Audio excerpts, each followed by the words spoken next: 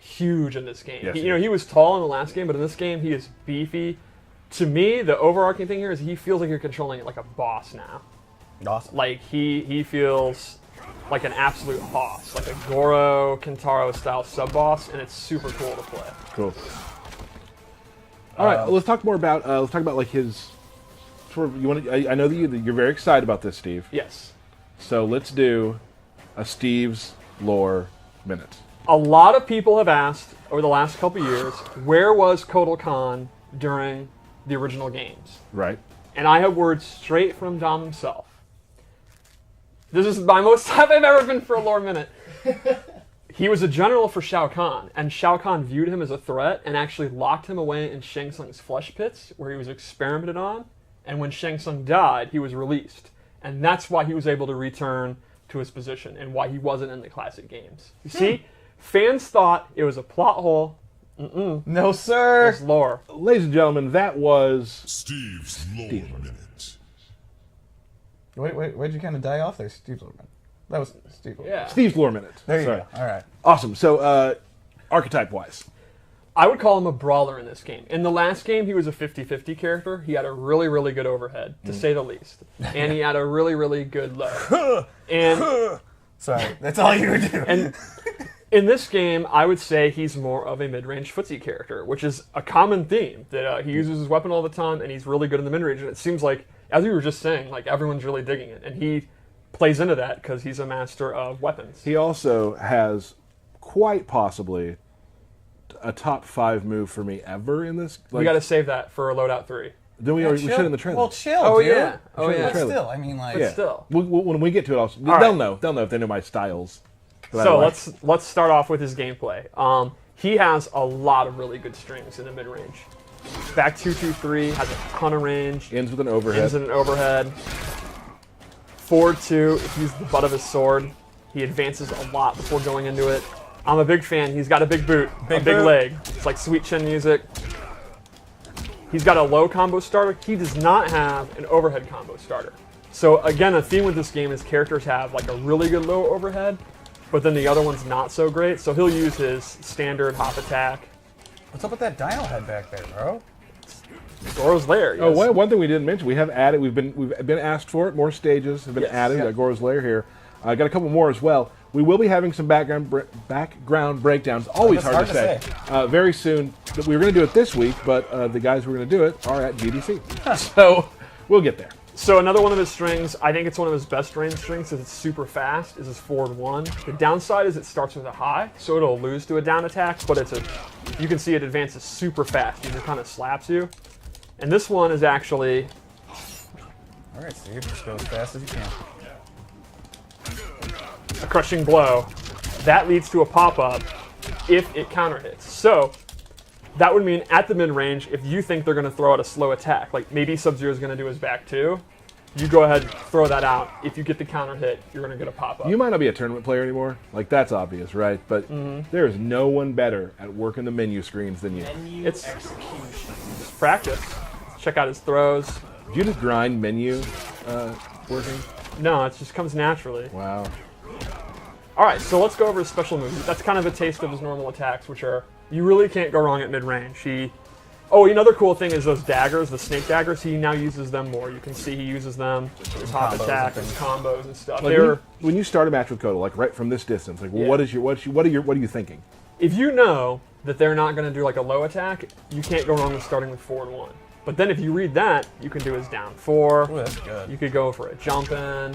You could go for his forward 2, which is on the slower side, but that's what complements the forward 1. Gotcha. So let's go over his special attacks. Yep. The key ones from MKX are back with new animations, and they're slightly different, but the core of them's back. Like, we talked about his daggers, his parry's back. He can hold it. If the opponent attacks, he'll absorb the attack. And then have And then he can have his advantage and go for a combo. Yep. The disc is back. It's super fast in this one. It does a lot of damage. I love the effect of it breaking on the body. Yeah, that looks super cool. Really nice. His Sunbeam is back. If he's standing in it, he actually gets life back. Nice. Then he has several new moves, which this is one of my favorites, the Saw move. It's a great combo ender, and it's just absolutely Bloody. nasty looking. There was something kind of in MKX where he went over and did Yes. a soft. So this lifts him straight up, which I think is awesome. So this has a crushing blow. If the move hits as an anti-air and counter hits, which Oh, here we go. there we go. A counter hit or a punish as an anti-air, you get a crushing blow, and he gets significantly more damage. And then he has this really, I love the effects I say here. the effects are It's like amazing he's on that. opening up the ground. Yeah, that's a hell of a ground pound. So those are his base moves, and I, as always, set up 3 loadouts. So let's go through that. One of our lights popped off. That's great. Even We're the lights live, are popping off. We're live, pal. We're popping off. We'll fix that momentarily. All right, so the first one I gave him is an amplified sun disk, where he uses a beam of light from the sun, which is canon here in Goro's lair. You can see it on Goro's right. corpse, right? He's just reflecting And it's it a off. full screen beam attack. That's probably why Goro died, is because he got burnt. A lack of sunlight. Right. Oh, he got No, burned or a yeah, lack of I mean, sunlight? sunlight right on him. This is not a lore minute. I do think it's nice to think that the prince died in his home. You Oh, know, yeah. like that's how I want to die. He had a like peaceful death. in my chair, you know, In your lair. in my lair, right? My apartment, my lair. My little Oni buddies around. Mm-hmm. Right. Anyway, this loadout I based on totems. So he has 4 totems in total. You can equip 2 at a time. So I went with this one, which gives him a damage buff. So you can see, here's the damage on the string, 154. I have this bad boy out. It's doing 184. Okay. Now here's the new feature. So that's very similar to MKX, but we always try to advance things. You can actually now stack totems. Stack them totems. How many can- can you stack? You can stack up to 3 times, so let's look at the damage now. And, Yep. and that'll add each buff. Wow. You can also stack multiple totems. So, this totem is his blood absorb, the blood god totem, where every time he hits you, the blood gets absorbed in the totem. And when it times out, that'll actually go to KOTAL's health. You'll see all the blood he's absorbing, and when it times out, he's going to get health back. So you You're can full actually health do right it. now, so Yes, yeah. but so you can have this totem out, then a damage one, and then another damage one, or vice versa, or 3 of one. So he has 4 different totems you can choose from. For another one that I didn't equip, it's really cool. It buffs his regen his stamina regen.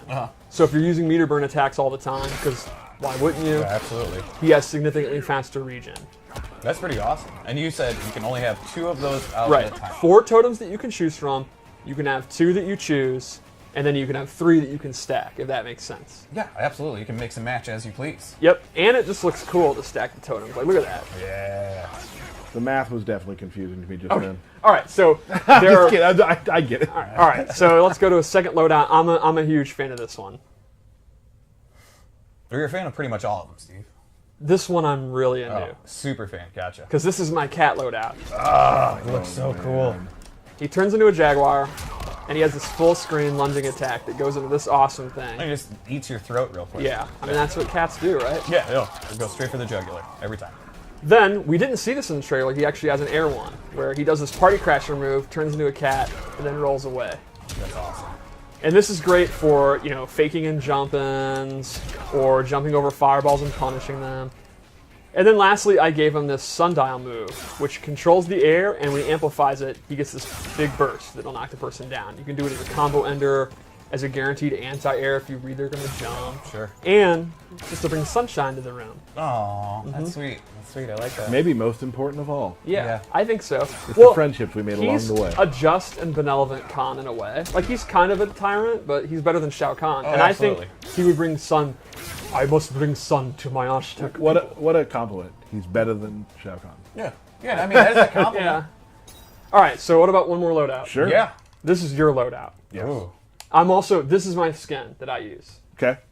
Just previewing everyone. This is my skin. Oh yeah. Oh. What exactly is on his head? That's a bear head. A bear head. That's a bear he personally killed. Okay. Okay. So, this loadout, the first thing I gave him was a different amplified discus throw, where he Ooh. actually literally does a discus throw. And you can actually do this up close, and it'll, the swing hits. So it's a good combo ender for damage, and it just looks funny. Then I gave him this pop-up attack, this sunlight uppercut, which is like one of his main combo starters. it's kind of like his Fords 2 or whatever. Yeah, it's very right? similar to Torts 2 in the last game.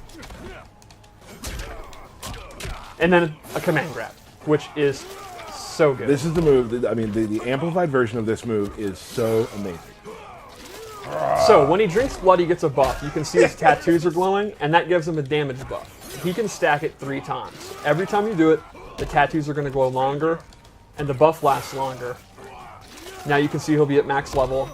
His tattoos are hella glowing, and now he gets this damage buff.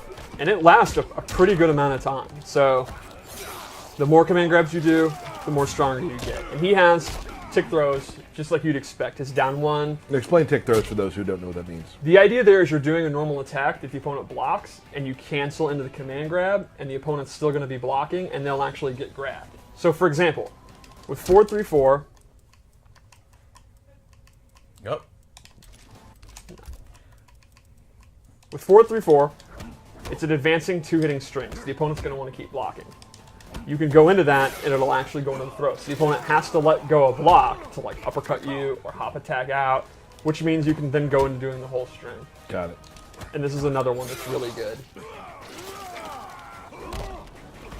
So those are my KOTAL loadouts. I would say he's pretty similar to the flavor of MKX. Great range, the command grab's back, the totems are back. Right.